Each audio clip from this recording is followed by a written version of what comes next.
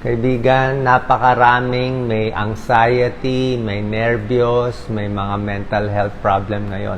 Meron ako nakakausap ng mga psychiatrists, talagang punong-puno ang schedule nila. Unang-una po kasi, parang iba yung panahon ngayon kumpara sa 20 to 30 years ago.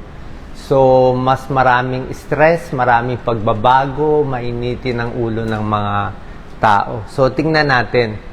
So, baka yan lang talaga, nagbabago yung mundo, kaya na-stress tayo, dapat ready tayo. Yung iba, meron din tinatawag na health anxiety.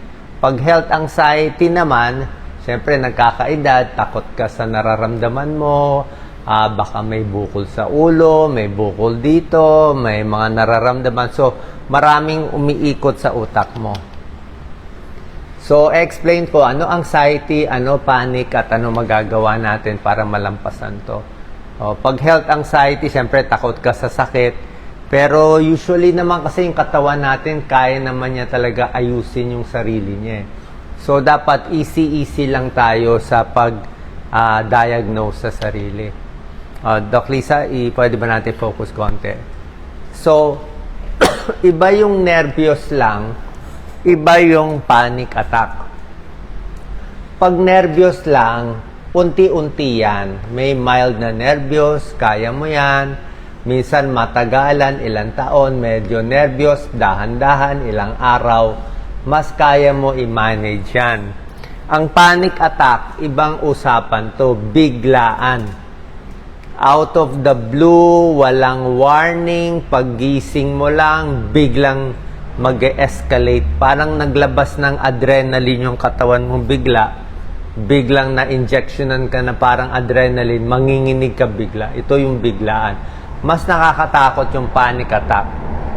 Okay? Itong anxiety, mas kakayahan. Ito, severe symptoms agad eh. So, yan ang mga sintomas. Pero papakita ko, maganda pakita mo to, Lisa. 1 to 13. Ito yung criteria ng mga psychiatrists. Pero ito, guide lang naman to. Kung meron kang 4 nito, baka panic attack na yon. Okay? So, medyo kakaiba to. So, minsan hindi nyo pa alam to. Tingnan natin ha. So, 1, palpitation. Usually, mabilis ang kabog ng dibdib. Yan, common yan. Sweating, pinapawisan. Nanginginig, okay, madalas rin yan maramdaman. Nahihirapan yung huminga, parang nasasakal, pwede rin. Feelings of choking, another point yon. Chest pain, mabigat ang dibdib. Ito, parang nasusuka, parang masakit ang tiyan, pwede rin yan. So, pagdating dito sa 8 to 13, ito yung more panic attack ang sintomas eh. Yung 8, nahihilo na eh, parang matutumba na siya eh. Ito, parang nanlalamig o nangiinit.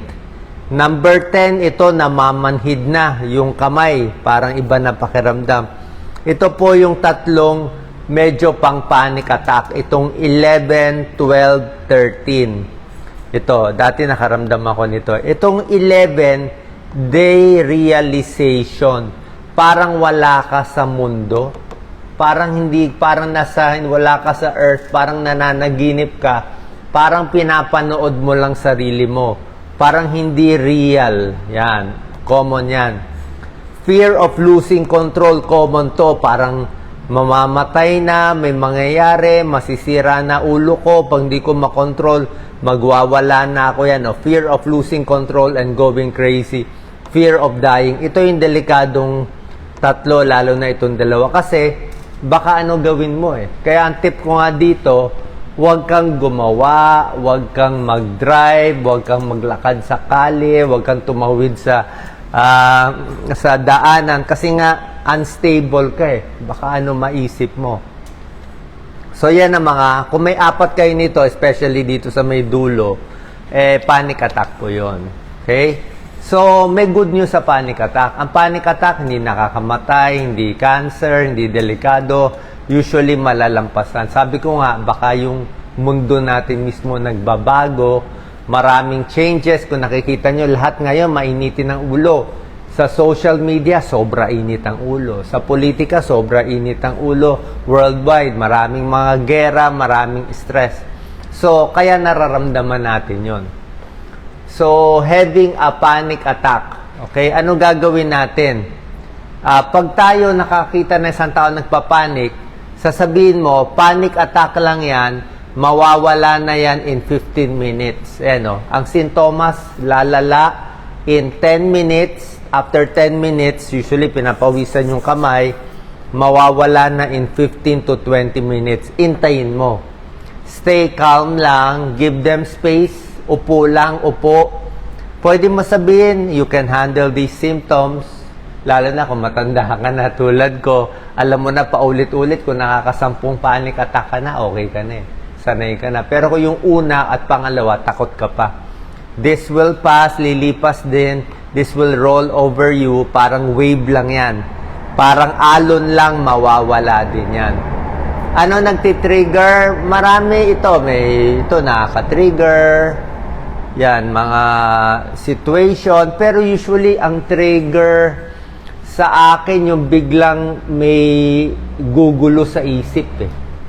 Biglang may papasok sa isip mo, nako, lagot ka na, o nako, 10 ang schedule mo, hindi mo matatapos. Kailangan ng boss mo to in 2 days, lagot ka na. Pag hindi mo to nagawa, matatanggal ka sa trabaho, mawawalan ka ng whatever, mapapagalitan ka. So, meron kang kinakatakot na matindi. O baka mayroong nanggugulo sa'yo, nagbabash, may nagdemanda, naggulo, o merong sakit yung anak, may sakit yung asawa, so, o may sakit ka nararamdaman, health anxiety, hindi mo alam anong mangyayari. So, yung takot ng unknown, yun ang nakakatakot. Okay, ito mga dagdag lang yan. Okay, how to stop a panic attack? Maraming technique. Ang magandang technique, di-distract mo lang sarili mo eh. Pwede mo distract eh. Parang, ito pakita natin. Maraming technique eh. Yung iba, hinga malalim. Okay? Hinga malalim, dahan-dahan. Bukod dito na mabagal ang hinga, pigil, mabagal exhale. Pero hindi ito sapat. Kailangan meron kang nire-refocus mo yung utak mo, nire-reframe mo yung mind mo eh. Nire-reframe. Ibig sabihin, imbis na naka-frame ka na malas ako, magkakasakit ako, may mangyari sa re-reframe mo na, okay lang yan, sabi ni Doc Willie, okay lang yan. Sa mundo, lahat naman ngayon, ang daming nagpapacheck up sa mga psychologists eh. Parang panahon lang yan. Okay? Pwede ka maghanap ng focus object. Hanap ka na isang object na titingnan mo. Pwedeng isang building, isang puno, diba? Tingnan mo lang yung mga halaman, tingnan mo lang, gumagalaw, anong kulay, pwede lang yon, ganon. Meron ding picture mo yung masaya ka, kung kailan ka masaya nung bata ka, libangin mo sarili mo. Tanungin mo, maalala mo ba nung grade 5 ka, naglaro ka ng football sa school, imagine mo nandun ka, naglalaro ka ulit, lilibangin mo siya. So, imbes na iniisip niya yung problema niya ngayon, nalagot siya, dalin mo muna siya sa masayang time noon. Okay? Para malibang lang, para mawala lang yung stress. Meron din tinatawag na grounding. Grounding is i-feel mo yung silya, i-feel mo likod mo nakalapat, i-feel mo yung paa mo, i-feel mo yung kamay mo, i-feel mo yung katawan mo, para feel mo nandito ka mismo sa, ito, inahawakan na, feel mo nandito ka mismo sa mundo. Kasi nga sabi ko sa iyo, the realization, feeling mo wala ka eh. Okay? May mga gamot, pero mahirap nyo naman mabili. Mga bromazepam, diazepam, alprazolam, mga Lexotan, Valium, Saynor. May tulong to. Actually, effective siya. Dati, nagbabaon ako lagi. Pero ngayon, sanay na ako. Hindi ko na kailangan. Parang, dapat, pag above 40 years old na kayo, huwag na kayo magpanik sa panik. Dapat magsawa na kayo. Lalo na pag senior na nagpapanik pa. Parang, ano pa ipapanik mo? Matanda na eh. Parang ending na. Tapos, paulit-ulit na to eh. Parang sawa na ako dito. Kasi nga naglalabas ng adrenaline yung katawan kasi natitrigger yung utak natin eh. Pero nakikita ko dito sa panic attack, kung gaano kabilis ka matrigger na ma-nervyos, ganun ka rin kabilis ma-trigger na ma-relax. Ganun rin kabilis. Ako, mabilis recovery ko eh. Parang, oo nga, triggered ka. Pero pag na-reboot mo lang, maikot mo lang yung isip mo, ito si Doc Lisa, magaling mag-psychologist yan. Pag na-reboot mo lang, okay ka na ulit. Focus ka lang dun sa gagawin mo, kung saan ka happy.